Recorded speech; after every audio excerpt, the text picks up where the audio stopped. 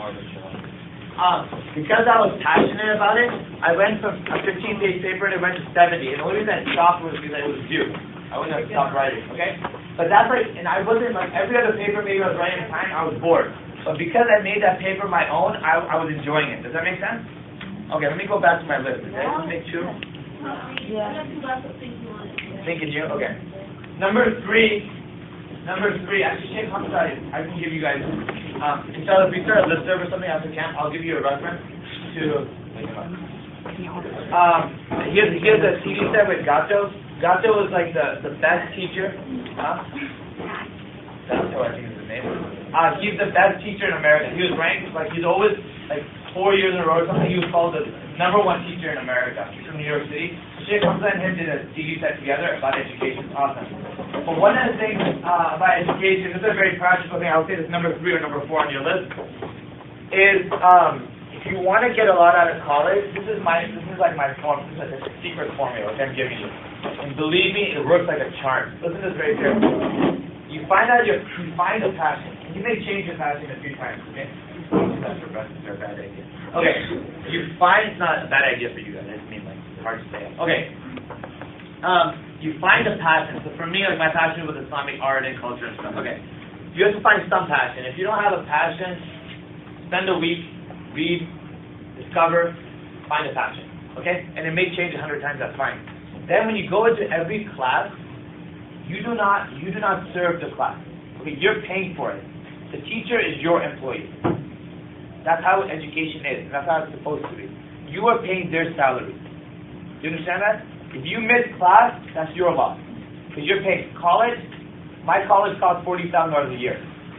Okay? My teacher is my employee. I'm paying her salary. Okay? You treat it like that. Meaning, you respect your teacher, but you don't think that they're doing you a favor. Okay? They're your employee. They're there to teach you. If they're not teaching you, they're not doing their job, they should be fired by you. The way you fire them is you challenge them in class. You make them teach you. Okay? But you walk into a class, no matter what it is. Let's say I'm interested in art and culture. Yeah, maybe linguistics doesn't seem like it fits into my passion. But you make the class fit your passion. Every time you have to write a paper, you don't write a random paper on some subject that's not going to help your life. If you're ever given a choice, you can write on anything. You write on stuff that's going to help you later on. What I'm saying is, even if the education system sucks, you make it work for you. Does that make sense? So for example, when I was an undergrad, I took a class on African American culture because I was very interested in that. I was interested in like Malcolm X, etc. We had to write papers, okay? And whenever we had class discussions, what I used to ask about, outside of the actual stuff we were learning, was I would say to the teacher, okay, so she's like one of the top in the country, I say, in African American issues. So I would ask her, I was like, look, if you're looking at the minority issues of African Americans, how would this apply to the Muslim community? So you're talking about art in the African American community, like hip hop in the late 80s. How would that apply to our community?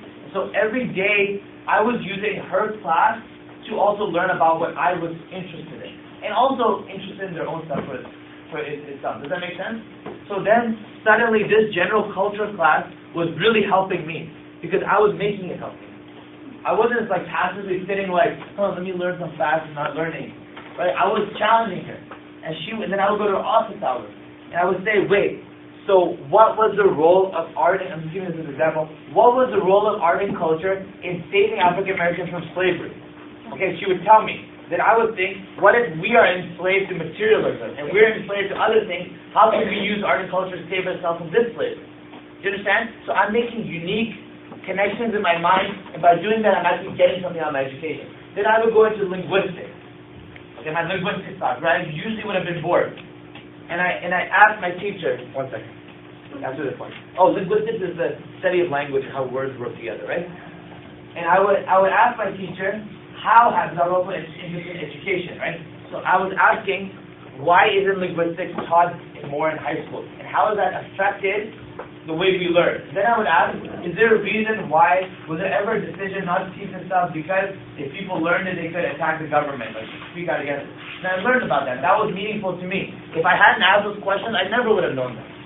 So a lot of the stuff I talk about in speeches now, I learned it from school because I was challenging the school and I wasn't just receiving the school.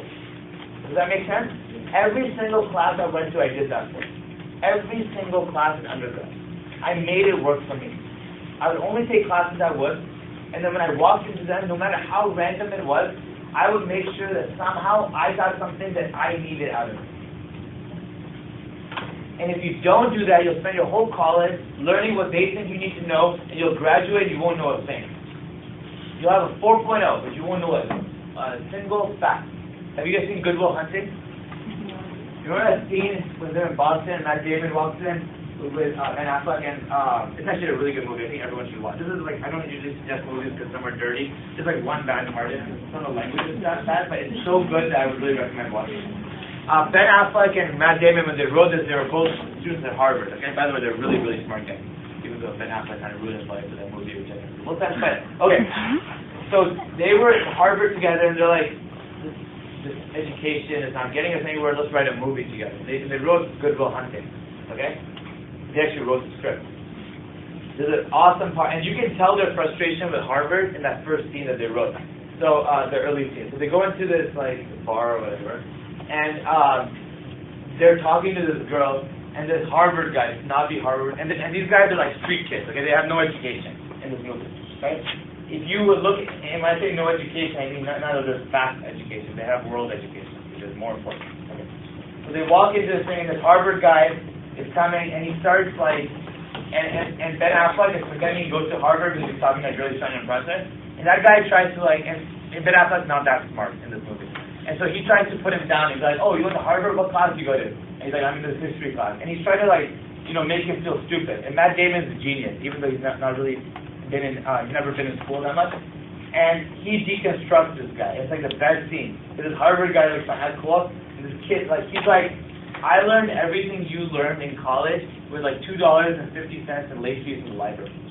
That's all college is. It's just a book club. They just give you books and you read it. It's not really anything else. But anyways, it's important to go for degrees and maybe you'll read a few interesting books, but that's it. Okay?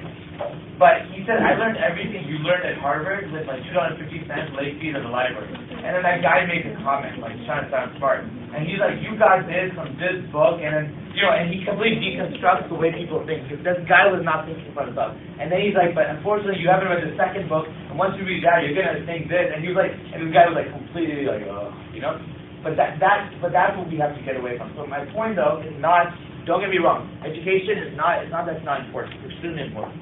It's so important that we have to change the way we view it. I'm not saying don't go to college. You have to. You have to go to college. You have to get A's. You should never get an A-, okay? We have to be the best. The Prophet said, whatever a Muslim does, they seek to perfect it, right? So we don't get A-. That's unacceptable.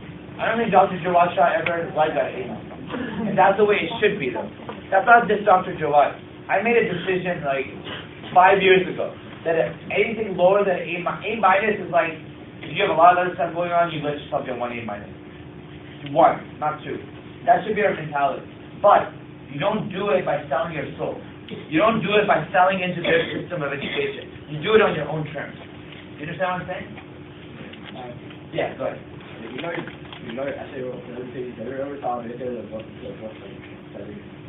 Yeah, what happened with that essay was, this guy, Kodam Siddiqui, in Michigan, he's a PhD student, he's actually a really big baller. When he was an undergrad, he wrote an essay like I did, and it was ranked the #1 essay to ever be written in Michigan. Like, those 4 years, he was like, anyways. What happened was I was speaking to him 2 years after I wrote that essay, and that's where he's doing his PhD on that exact same book, that same argument. So I can't publish it because then he won't make a PhD. Anyways, I'm not published. But I'm not going to try to make it. No, we can't both publish the same argument. Anyways, no, I'm not. But, okay, the next point we're at 4, education, right? Make connections between your Islamic education and your secular education, so-called secular education, okay? A lot of our Islamic schools, they teach like Islam here, Quran studies, Islamic studies, then they teach all the other like ones you have to learn, okay? Even when you come to camp and you learn stuff here, make connections. So for example, something I'm working on, inshallah, I haven't started, but I want to work on this. I'll be probably about this. I want to write books that looks at, I'm like really into like all this literature, English literature, and I'm also interested in Islam, right? So I want to write books, and if anyone's interested in working on this, let me know. Like Hamlet through like a Muslim lens. So if you look at the story of Hamlet,